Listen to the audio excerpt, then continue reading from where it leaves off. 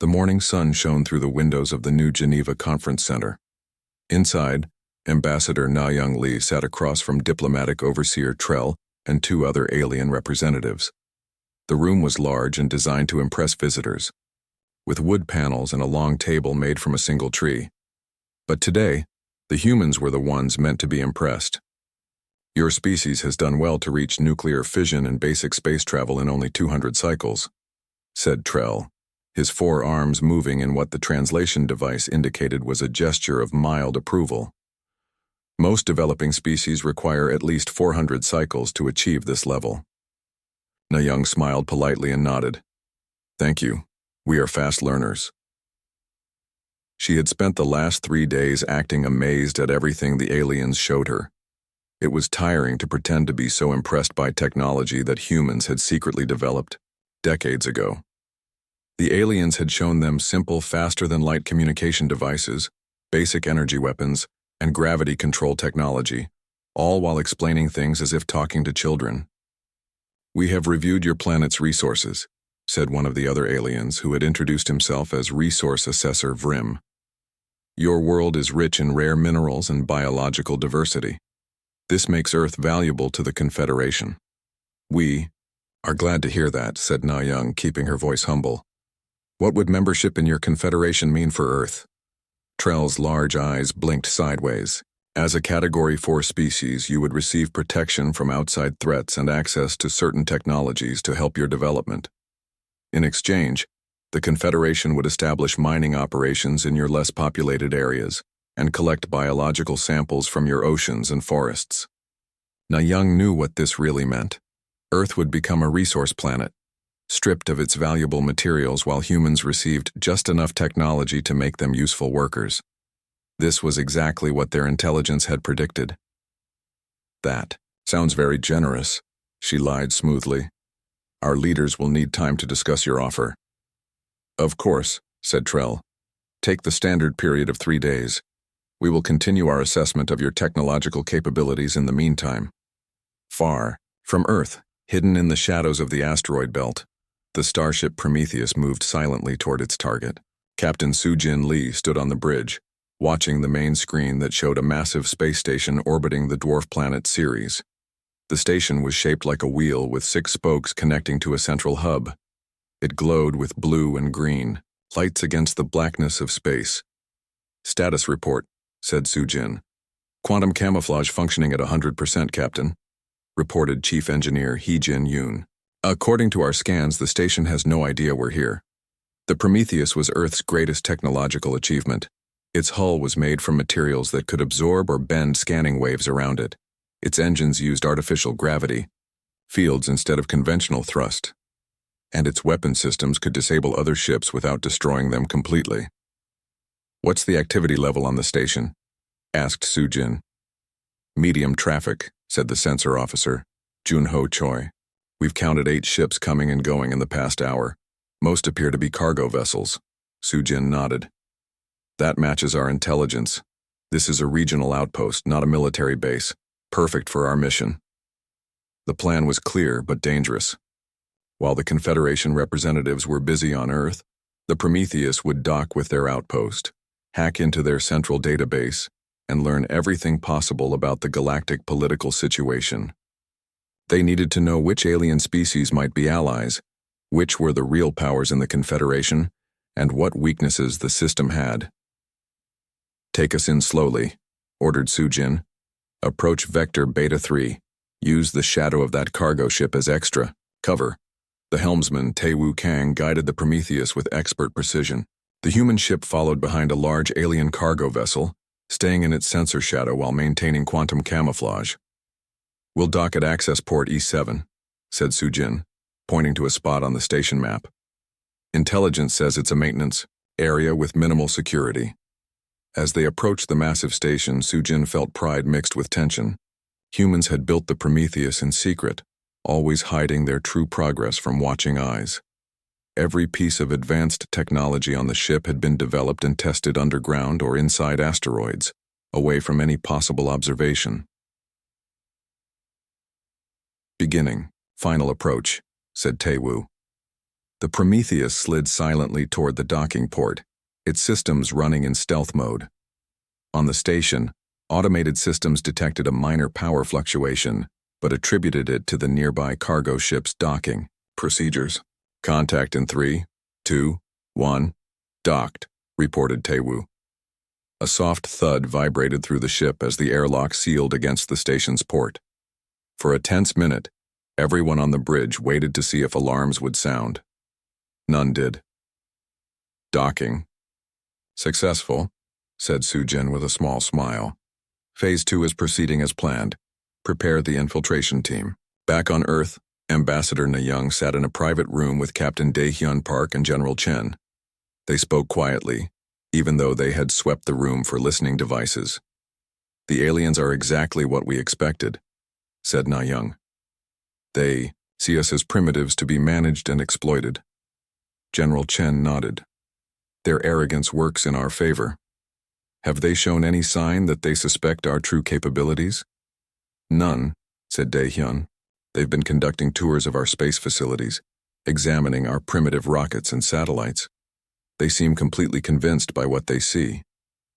What the aliens didn't know was that Earth's visible space program was mostly for show. The real advanced technology was hidden in underground bases, inside hollowed-out asteroids and beneath the surface of the moon. For 30 years, humanity had maintained this deception, always appearing less advanced than they truly were. Any word from the Prometheus? Asked Na-young. Dae-hyun checked his secure communication device. They've successfully docked with the Ceres outpost. Captain Sujin reports no complications so far. Good, said General Chen. If all goes as planned, we'll have access to their full database within 48 hours. Then we can decide our next move. From a position of knowledge, Na-young stood up. I should get back. I have another meeting with Overseer Trell in 20 minutes. He wants to discuss their educational programs for developing species. Keep playing the part, said General Chen. Make them believe we're honored by their attention. As Na-young left the room, Dae-hyun turned to General Chen. Sir, what if the Prometheus is discovered? The station has at least 3 combat vessels docked there. General Chen's face was serious. Then we move to Phase 3 earlier than planned. The Prometheus has orders to reveal our true technological level and return to Earth at maximum speed. He paused. Let's hope it doesn't come to that. The element of surprise is our greatest advantage right now. On the Confederation station, the infiltration team from the Prometheus moved silently through maintenance tunnels. Led by Security Chief Ji-hoo Park, the 6-person team wore adaptive camouflage suits that helped them blend into the background. According to the station schematics we decoded, the main data center should be 2 levels down, whispered Ji-hoo. The team moved carefully, avoiding the few station workers they encountered. Most of the aliens seemed focused on their own tasks, not expecting any intruders in their secure facility. We have 3 hours before the next security sweep, said Ji-hoo. Let's move. As they descended toward the heart of the station, none of them noticed the small maintenance drone that paused its routine cleaning cycle to observe them before continuing on its programmed path. In its electronic brain, an anomaly was noted and flagged for later review. The trap was already closing, though neither humans nor aliens yet realized it. The stars looked different from the observation deck of the lunar base. Captain Dae-hyun Park stood with his hands behind his back, watching Earth rise over the gray horizon. The blue planet glowed against the darkness of space, peaceful and seemingly ordinary. But Earth was far from ordinary, and the rest of the galaxy was about to find out. Captain, we have a situation, said a voice behind him. Dae-hyun turned to see his executive officer Ju-won Kim holding a tablet. His usually calm face showed worry. What is it, Ju-won? Asked Dae-hyun. The deep space sensors picked up something. A ship entered the solar system near Jupiter's orbit. It's not one of ours. Dae-hyun's heart beat faster, but his face stayed calm. For decades, humanity had prepared for this moment. They had discovered alien radio signals in 2080, and since then, Earth's nations had worked together in secret. They built hidden bases on the Moon and Mars. They made advanced technology and powerful weapons, all while making sure any watching aliens would think Earth was just starting to explore space. "Show me," said Dae-hyun. Ju-won handed him the tablet. On the screen, a large ship moved slowly toward Earth. It was shaped like a giant diamond with glowing blue lights along its sides. It was at least 5 times bigger than anything humans had built. "Had they sent any messages?" asked Dae-hyun.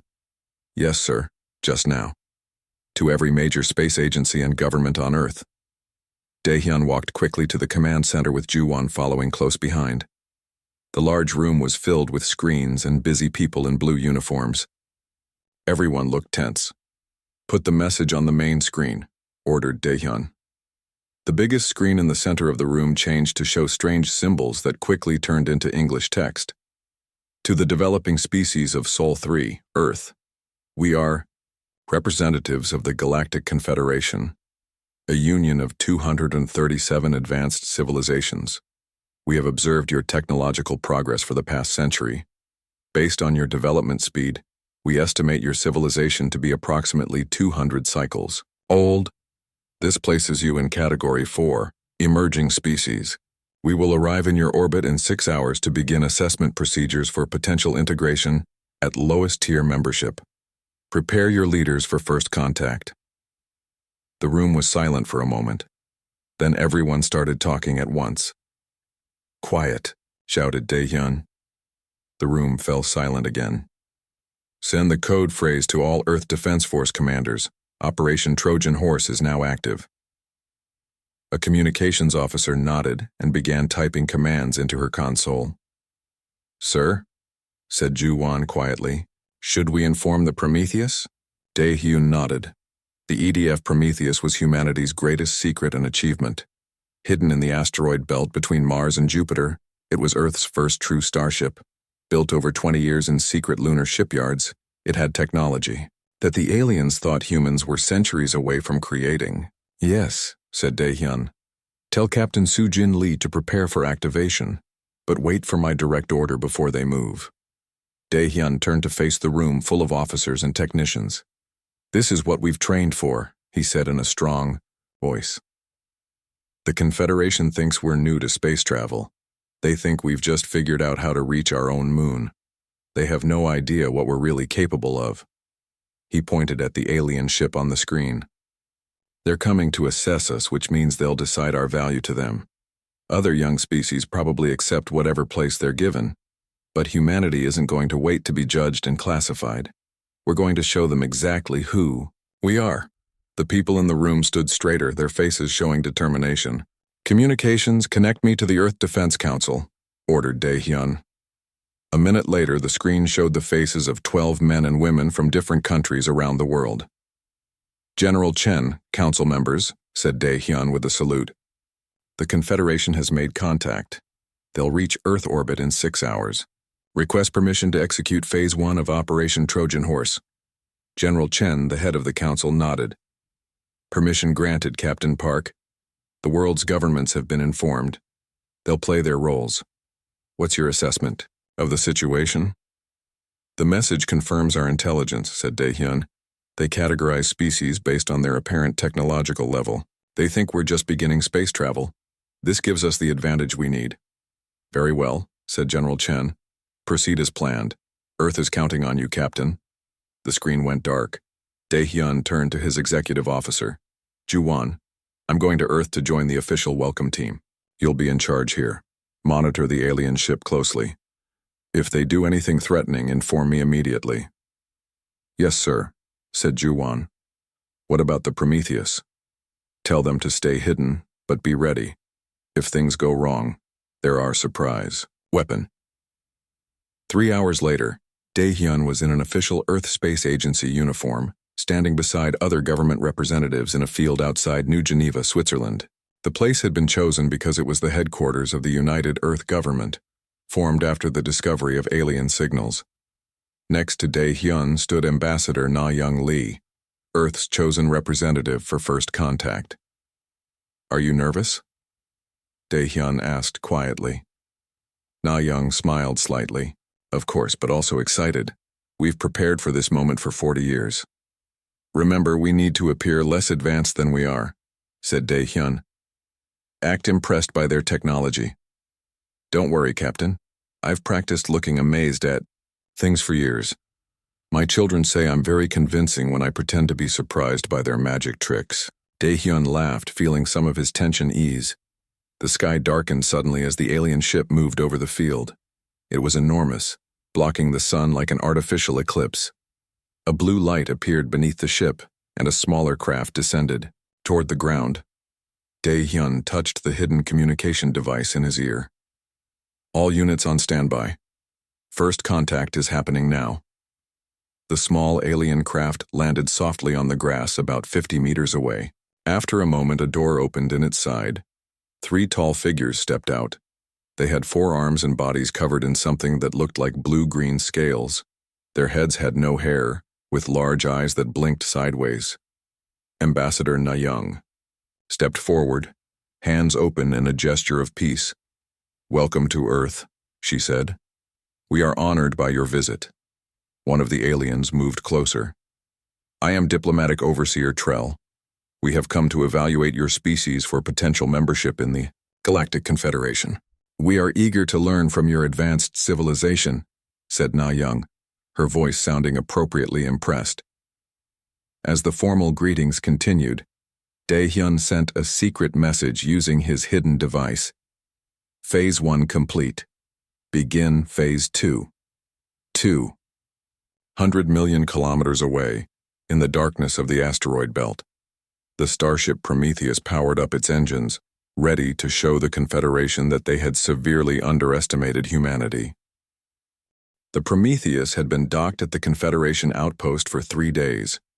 So far, the mission was going well.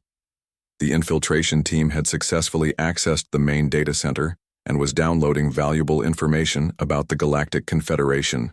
On the bridge, Captain Soo-jin Lee reviewed the latest reports. "How much longer until the download is complete?" she asked. "About 6 more hours, Captain," replied Communications Officer Yoona Seo. "We've already learned so much. The Confederation has over 200 member species, but only 7 of them hold real power. The rest are basically servants or resource providers." Soo-jin nodded. This confirmed their suspicions. Earth would never accept such a role. "And what about potential allies, any species that might support us?" "Yes. There are several lower-tier members who have been trying to change the system for centuries. The Tarbani and the Zelos seem particularly unhappy with how they're treated." "Good," said Soo-jin. "That information could be useful if we need to form alliances." The ship's second-in-command, Han-jun Ryu, approached with a worried look. "Captain, we may have a problem. Our sensors detected unusual activity in Section 14B near our infiltration team." Soo-jin frowned. "What kind of activity?" "Security drones, more than the usual number, and they appear to be scanning more thoroughly than before." Before Soo-jin could respond, the ship's alarm system began to sound. "Emergency alert from the infiltration team," reported Yoona, her fingers moving quickly over her console. "They've been discovered. Station security forces are converging on their position." "Get them back to the ship now," ordered Soo-jin. "Prepare for emergency departure." The bridge crew moved with practiced efficiency, but tension filled the air. This was not part of the plan.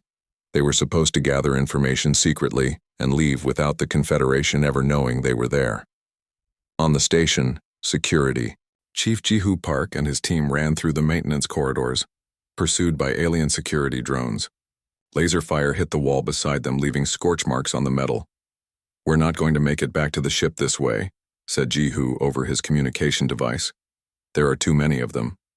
"Understood," replied Captain Soo-jin. "Fall, back to emergency point Beta. We'll create a diversion." On the Prometheus, Soo-jin made a difficult decision. "Power up all systems. Stealth protocol is no longer our priority." The crew looked at her in surprise. This was a major change in the mission.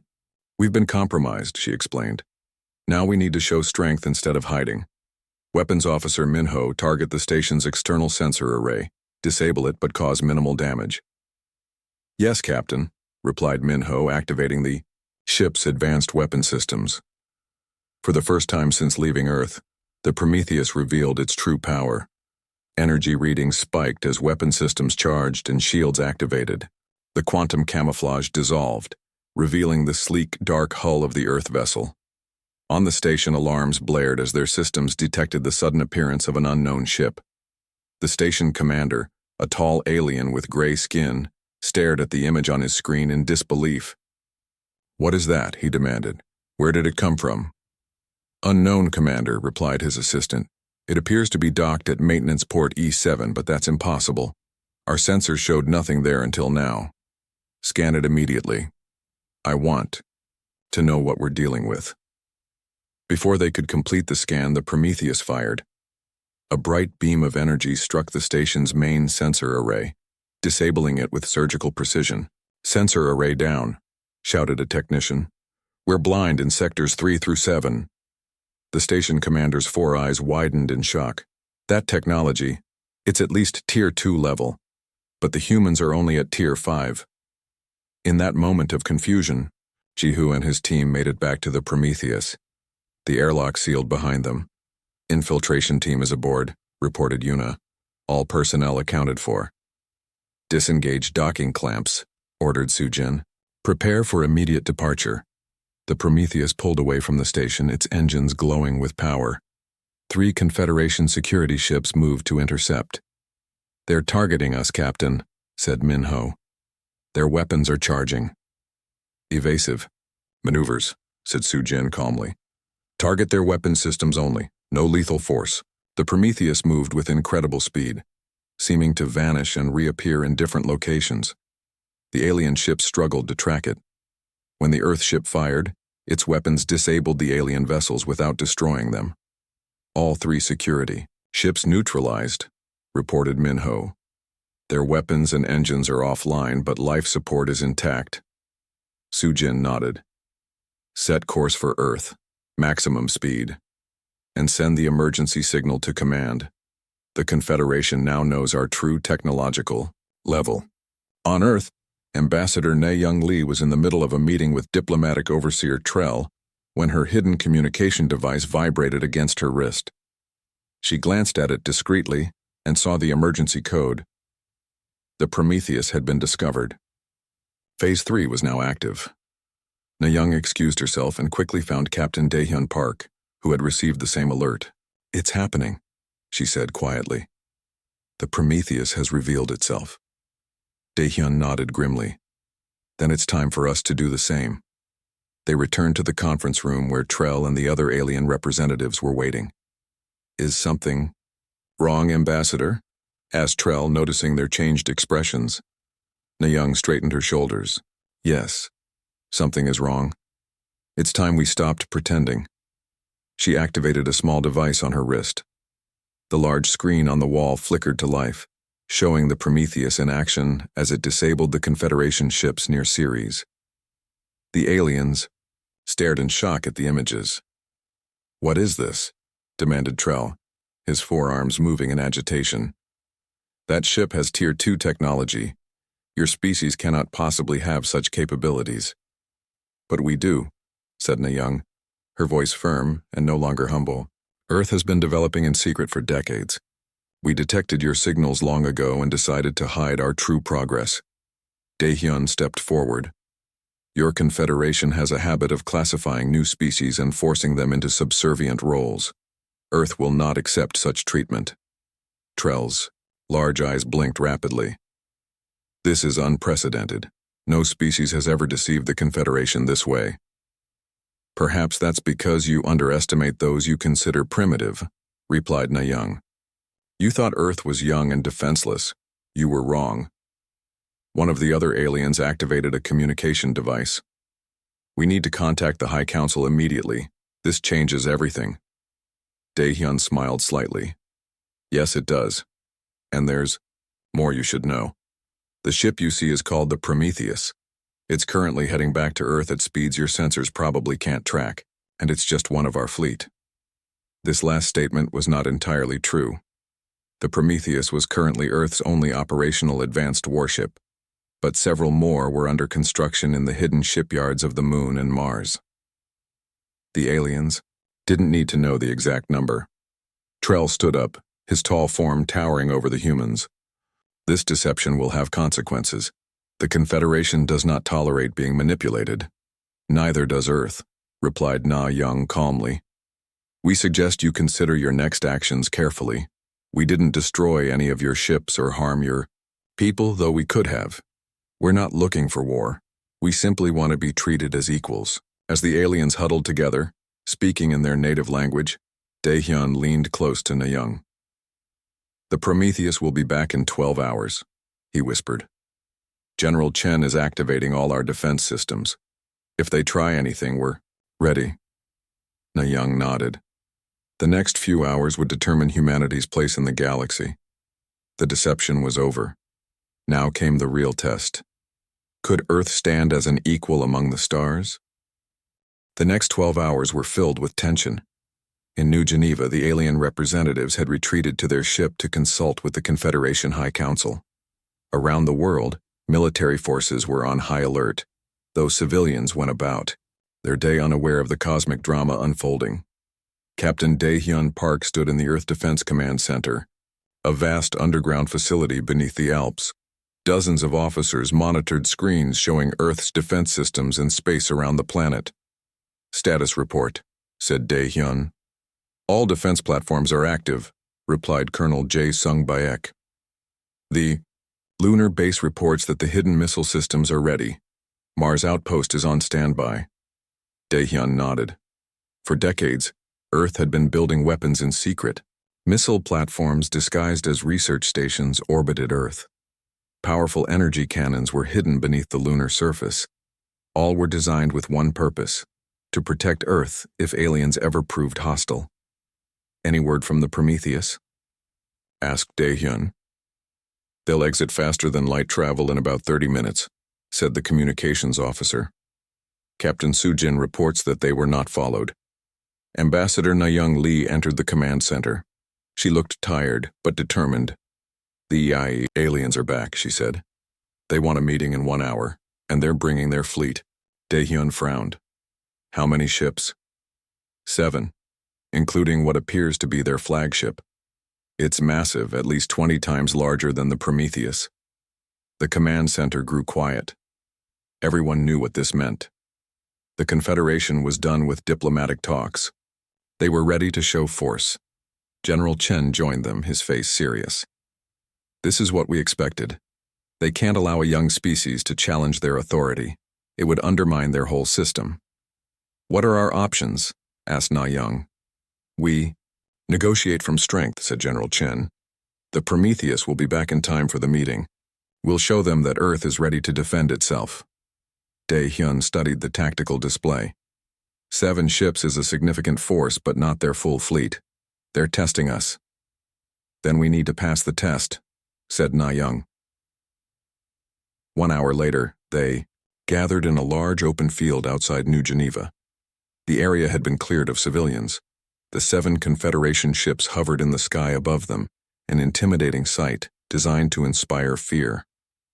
Daehyun stood beside Na Young as diplomatic. Overseer Trell approached with several other aliens. Behind them walked a new figure, taller than the others, with red scales and 6 arms instead of 4. The translator identified him as High Commander Zek, leader of the Confederation's military forces. The High Council has reviewed your actions, said Trell, his voice cold. They are disturbed by your deception. No species has ever hidden their technological advances from the Confederation. Perhaps that says more about your methods than about us, replied Na Young calmly. High Commander Zek stepped forward. Your ship attacked a Confederation outpost and disabled 3 of our vessels. This cannot go unpunished. Your ships were not destroyed and no lives were lost, said Daehyun. We showed restraint. Restraint? Zek made a sound that the translator couldn't interpret.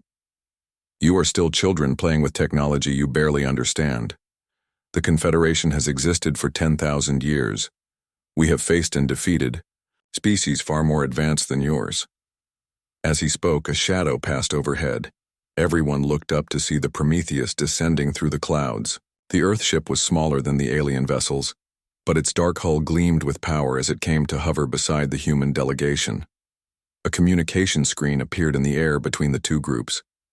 Captain Soo-Jin Lee's face looked out at them. "This is Captain Soo-Jin Lee of the Earth Defense Force starship Prometheus. We have returned as promised." High Commander Zek studied the ship with his 6 eyes. Impressive for such a young species. But one ship, no matter how advanced, cannot stand against the might of the Confederation fleet. Soo-Jin smiled slightly. "We don't need to stand against your entire fleet. Just the 7 ships you brought today." Zek made a gesture, and suddenly all 7 Confederation ships activated their weapons systems. Energy readings spiked as targeting systems locked onto the Prometheus and the human delegation. "You have 2 choices," said Zek. "Submit to proper Confederation authority, or be destroyed as an example to others who might consider such deception." Daehyun looked at Na-young, who nodded slightly. "We have a third option," said Daehyun. "Computer, activate Odin." For a moment, nothing happened. Then, from hidden bases across Earth's surface, on the Moon, and from Mars, energy beams shot into the sky. They converged above the planet, forming a glowing network that surrounded Earth like a web of light. "What is this?" demanded Zek. "The Orbital Defense Intelligence Network," explained Daehyun. "Odin for short. It's our planetary defense system." As he spoke, the web of energy pulsed, and 7 smaller beams shot out toward the Confederation ships. The beams didn't damage the ships, but as they passed through each vessel, all their lights flickered and went out. Zek's communication device went silent. The weapons targeting systems shut down. Even the artificial gravity failed, leaving the aliens floating inside their own ships. "What have you done?" asked Trell, his voice showing fear for the first time. "We temporarily disrupted your ship's electromagnetic systems," said Na-young. "Don't worry, life support is still functioning, but your weapons, engines, and communications are disabled." "This is impossible," said Trell. "This technology is beyond even Tier 1 species." The Prometheus moved to position itself between the human delegation and the disabled alien ships. "Now we will talk as equals," said Daehyun. "Earth does not want war with the Confederation. We want peaceful relations and fair trade, but we will not be classified as a lesser species or have our resources exploited." On the largest Confederation ship, High Commander Zek floated in the darkness of his disabled bridge. Emergency lights provided dim illumination as his crew tried to restore power. "How long until systems are back online?" he demanded. "Unknown, Commander," replied his second-in-command. "We've never encountered this type of weapon before. It seems to have disrupted the quantum field that powers our technology." Zek looked out the viewport at the small blue planet below. His mission had been simple: intimidate the humans into submission or destroy them as an example. Neither option was now possible. "Send a messenger to the surface," he ordered. "Tell them we are willing to discuss new terms." Back on the ground, Daehyun received the message from the alien messenger who had been sent down in a small emergency craft. "They want to negotiate," he told Na-young and General Chen. "On our terms this time," said General Chen with satisfaction. Na-young looked up at the disabled alien ships. "We should restore partial power to their vessels. Show them we can be generous." Daehyun nodded and gave the command. Moments later, the lights on the alien ships came back on, though their weapons and engines remained offline. A communication screen appeared again, showing High Commander Zek. "Your technology is impressive," he admitted reluctantly.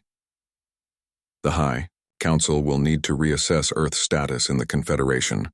"Earth doesn't want a status in your Confederation," replied Na-young. "We want recognition as an independent and equal power."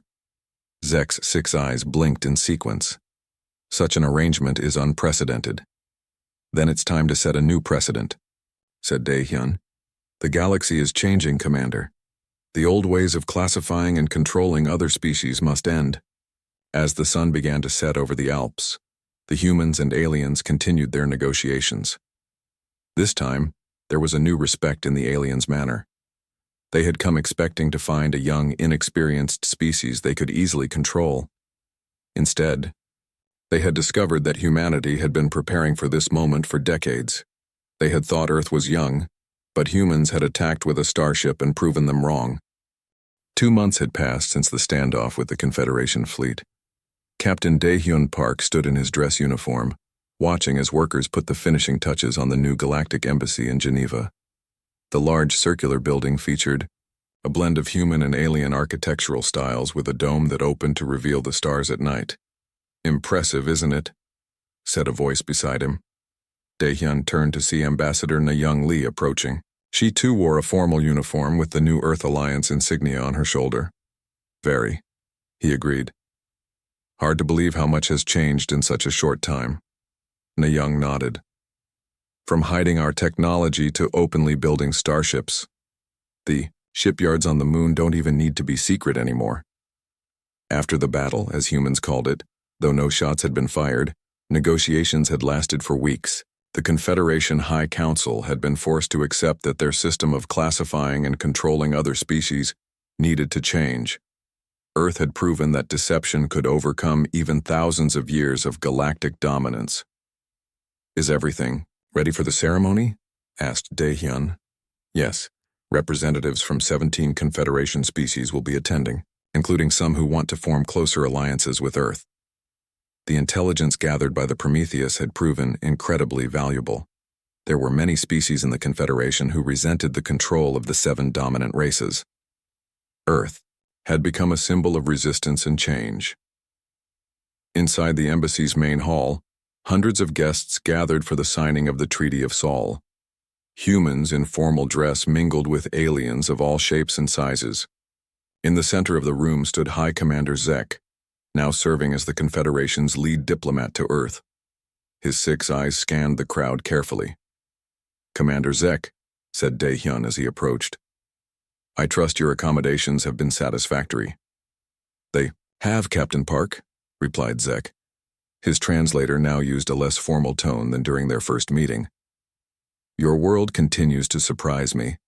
The art in my quarters is particularly interesting. I'm glad you appreciate it. The artist would be honored to hear that." Zek made a gesture that the translator interpreted as thoughtful consideration.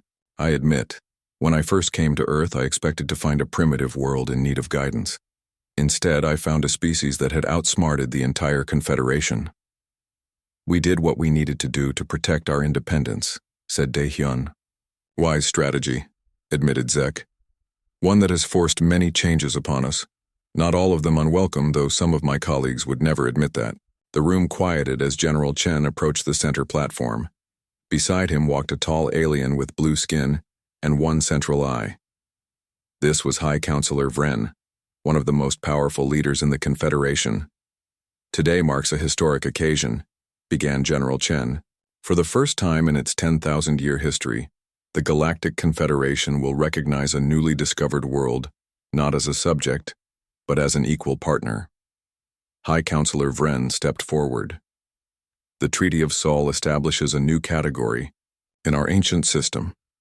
Earth will be recognized as an independent allied world, with full rights to develop its own technology and maintain its own military forces." Applause filled the room, from humans and many of the alien representatives as well. Not all of the aliens seemed pleased, however. Dae-hyun noticed several representatives from the dominant species watching with cold eyes.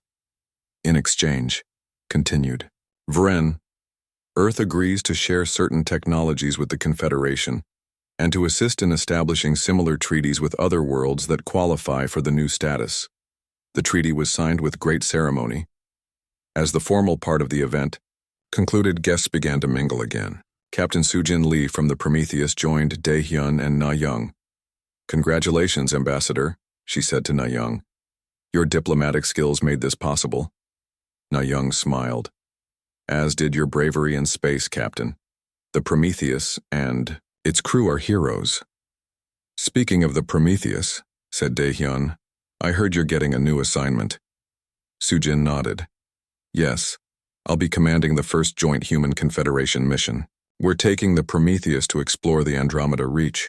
Some of the smaller Confederation species will be sending officers to serve on our ship." "That's a big step," said Na-young. "Sharing our most advanced vessel." It's a calculated risk, replied Su-jin, but one worth taking. We need to build trust, and showing that our technology works with theirs will help. Later that evening, Dae-hyun found himself alone on the embassy's rooftop garden. The dome above was open, revealing the night sky filled with stars, each one possibly home to civilizations that humanity would soon encounter. Quite a view, isn't it? Said Na-young, joining him on the terrace. It makes you think about how small we are, said Dae-hyun. And yet, we've managed to change the course of a 10,000-year-old galactic power. Do you think we did the right thing? She asked. Revealing ourselves through force? There are those who say we should have stayed hidden longer, built up more ships before showing our hand. Dae-hyun considered this. If we had waited, the Confederation would have established bases on Earth, started mining operations, integrated us into their system. It would have been much harder to break free later. True, admitted Na-young. Still, we've made some powerful enemies. The dominant species won't forgive us for disrupting their system.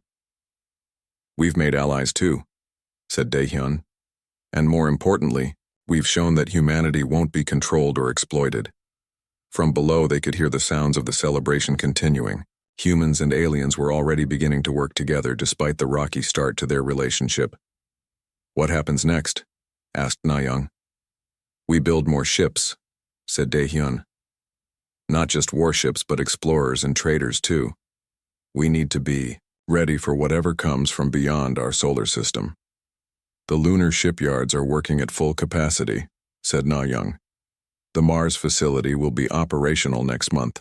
Soon the Prometheus won't be alone. A shooting star streaked across the sky above them. Once humans would have made a wish upon such a sight. Now they knew it might be an alien ship entering the atmosphere. They thought Earth was young, said Dae-hyun with a small smile. That was their mistake. And we attacked with a starship, finished Na-young. That was our response. As they stood there looking up at the stars, both knew that Earth's future had forever changed. Humanity had earned its place among the stars not through patience and submission, but through courage and clever strategy. The galaxy was vast and filled with wonders and dangers, but humans were ready to face whatever came next as equals, not as servants. The deception was over. The new era had begun. In the distance, barely visible against the night sky, the silhouette of a new ship rose from the hidden base in the Alps. Larger than the Prometheus, with an even more advanced design, it represented humanity's continuing evolution. Its name, painted in bold letters across the hull, said everything about Earth's new approach to galactic politics. Defiance, the End.